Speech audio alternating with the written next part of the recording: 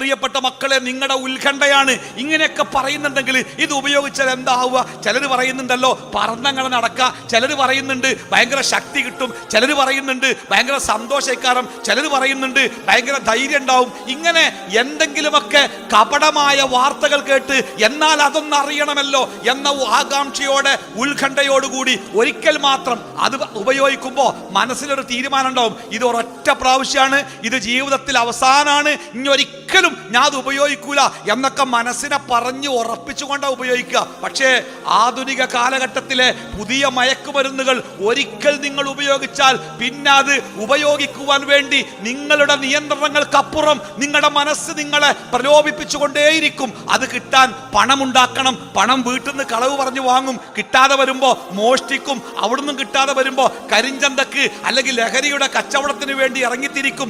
എങ്ങനെങ്കിലും പൈസ ഉണ്ടാക്കിയിട്ട് ഈ നോക്കിങ്ങള് ഒരമ്മൂമ്മനെ 65 വയസ്സായ ഒരു അമ്മൂമ്മനെ ഒരുത്തൻ കൊന്നിട്ട് അവന്റെ അമ്മൂമ്മന്റെ കാതിലുള്ള 1.5 പവന്റെ സ്വർണം അവൻ മുറിച്ചെടുത്ത് കൊണ്ടേ കാതങ്ങനെ കത്തിയോണ്ട് ഇങ്ങനെ അരിഞ്ഞെടുത്ത് കൊണ്ടേക്കുക. 1.5 പവന്റെ സ്വർണ്ണം, 1.5 പവന്റെ സ്വർണത്തിന് വേണ്ടി ഒരമ്മൂമ്മയെ കൊന്ന ആ ചെറുപ്പക്കാരനോട് എന്തിനു ചെയ്തെന്ന് ചോദിച്ചപ്പോ അവൻ പറഞ്ഞത്, എനിക്ക് മയക്കുമരുന്ന് വാങ്ങാൻ പണം കിട്ടണം, ആ പണം കിട്ടാൻ തെരഞ്ഞെടുക്കുക. ഈ സാധനം ഉപയോഗിച്ച ആൾക്ക് പിന്നെ അത് കിട്ടിയില്ലെങ്കിൽ അവന്റെ ശരീരം വിറക്കുകയാണ്, എങ്ങനെ കിട്ടിയേ പറ്റൂ. അത് കിട്ടാൻ എന്തും ചെയ്യും, കൊല്ലണോ കൊല്ലും, അറുക്കണോ അറുക്കും, എന്തും ചെയ്യും.